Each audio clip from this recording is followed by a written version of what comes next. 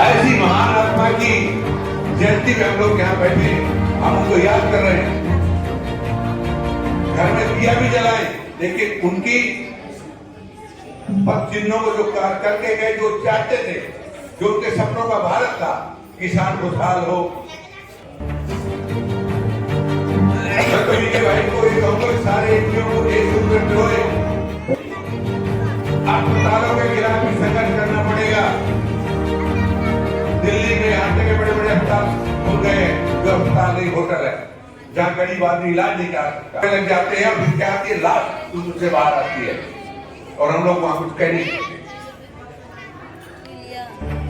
स्वास्थ्य और शिक्षा सरकार का अधीन होनी चाहिए, सरकार की जिम्मेदारी होनी चाहिए। कोई अगर बीमार है इस देश में, उसका इलाज कौन करे? सरकार करे। कोई आदमी शिक्षित है, कोई बच्चा शिक्षित है, उसकी शिक्षा की जिम्मेदारी सरकार की होनी चाहिए। जबकि हमारे यहाँ 14 वर्ष तक के बच्चे का शिक्षा का कानून भी पास है, लेकिन जितने ब्यूरोक्रेट हैं, बड़े बड़े अधिकारी हैं, मंत्री हैं, संतरी हैं, उनके बच्चे कहाँ पढ़ते हैं? पब्लिक स्कूलों। आम आदमी बच्चा कहाँ पढ़ता है? सरकारी स्कूलों में। अगर उनके भी बच्चे उन सरकारी स्कूलों में पढ़ाए जाएं, तो सरकारी स्कूलों की कायाकल्प हो जाएगी। और ये दुकानदार हमारे कवि जी कहाँ गए? मिथिलेश पटेल इधर आइए ना, ये भोजपुरिया भी कैसी बोल रहे हैं? सब लोगों ने, रेवती रमन जी कहाँ है? रेलवे वाले सर, कितने लोग आए हैं आपके? सर देखिए, एक चलिए आप प्रेजेंट की 8 आदमी है, 7-8 आदमी। तो सर देखिए, मुझे 200 आदमी के अगर खाना का पैसा जमा है, मैं अपने समाज से कहता हूँ, ये बात आप लोगों से नहीं कहेंगे तो किसको कहेंगे? मिथिलेश पटेल यही बात पूछ रहे हैं। आप अखिल भारतीय पटेल महासभा दिल्ली प्रदेश के अध्यक्ष हैं, आप बोल रहे हैं कि हम जा रहे हैं। माई बाबू ने हमारा नाम भारत रखा था। भगवान राम जब अयोध्या गए तो हमने तो 14 साल तक उनकी खड़ाऊ रख के सेवा की। अगर मेरे अंदर राज की भावना होती तो हम कहता भाई गया है, हम राजा बन जाते हैं। लेकिन दोस्तों, तो इसलिए हम बिहारी हैं, सर्व समाज के हम लोग आते हैं इनके मनोबल को बढ़ाने के लिए, क्योंकि अगर ये संस्था ना होता तो ये आज इस स्थिति में नहीं होते। जिनका बेटा जवान चला जाए, धर्मपत्नी समय के पहले इस दुनिया से चला जाए, वो व्यक्ति आज खड़ा है तो ये संस्था के द्वारा खड़ा है। हम जितना लोग मंच पर बैठे हैं, हमारे सामने भी एक एक व्यक्तित्व बैठे हुए हैं जो कि अपने आप में एक सामाजिक काम के अलग, जैसे हमारे साथ हैं उत्तराखंड के रहने वाले, आया बाग से चुनाव लड़े पूरा, जो कि माता पिता अभियान चलाती है। अब क्या जरूरत है भारत में? ये सनातन धर्म का देश है, हिंदू का धर्म का देश है, और जहाँ पूजा भी जैसे लोगों को माता पिता अभियान के लिए जागरूक करना पड़ता है।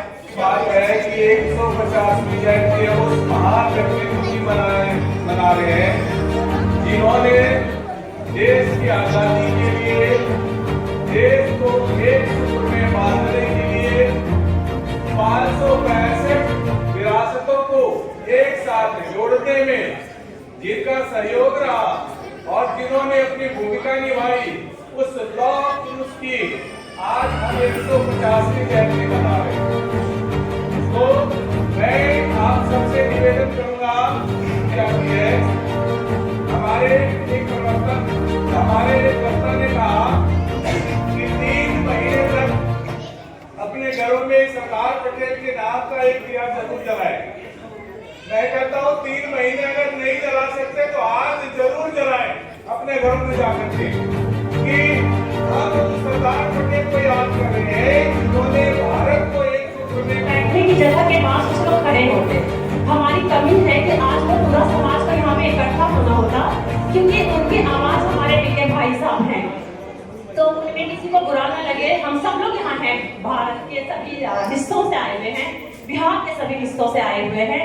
और मैं जैसा कि कहूँगी कि आज बहुत एक अलग ही माहौल, एक अलग ही भावना है यहाँ पे। हमारे सरदार पटेल जी की 150वीं जयंती दिल्ली में इतना बड़ा कार्यक्रम जो विजय भाई साहब ने किया है, कहीं ना कहीं मुझे लगता है कि हमारे पटेल साहब के साथ कुछ भेदभाव आज तक होता था। जो उनको सम्मान मिलना चाहिए, जो उनको आज तक उनको एक, हालांकि उनको भारत रत्न भी मिला और जितने भी उनको मिलने चाहिए सम्मान वो मिले हैं, लेकिन 2018 में उन्हें स्टेज बना और यहाँ दिल्ली से पूरा देश संचालित होता है, वहाँ कोई एक सरकार अपने अपने डिपार्टमेंट में जरूर प्रोग्राम करते हैं। महाराज के जन्म स्थान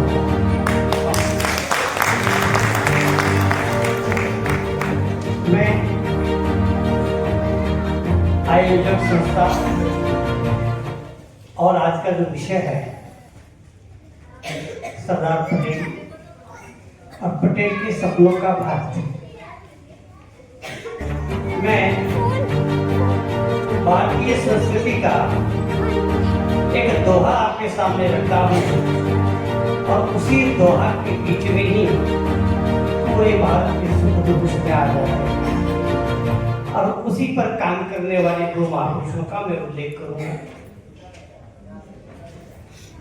मुझे लगता है कि तुलसीदास जी ने रामायण में एक जगह ऐसा लिखा है कि ये जन्म हम लोगों का भारत में हुआ है, क्योंकि भारत हमारा बहुत महान देश है। भारत के लिए कहा जाता है कि भारत सोने की चिड़िया है।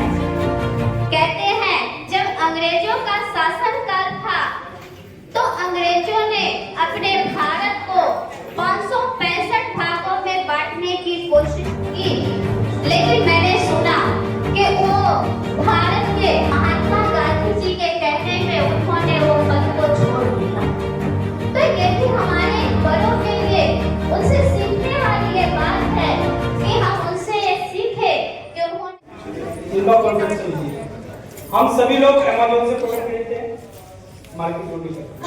इन्होंने एक लोकल प्लेटफॉर्म बनाया है कि अगर आपकी कॉलोनी में या पटेल जी की जयंती पर कोटि कोटि नमन करता हूँ मेरे शास्त्रों को और वल्लभ भाई पटेल जैसे महान व्यक्ति के चरण कमलों में भी कोटि कोटि तरीके से जो आरएसएस है उसको नहीं, मैं राजनीतिक टिप्पणी नहीं करता हूँ, मैं सामाजिक कार्य करता हूँ, समाज के लिए काम करता हूँ, मैं सभी मेरे लिए सम्मान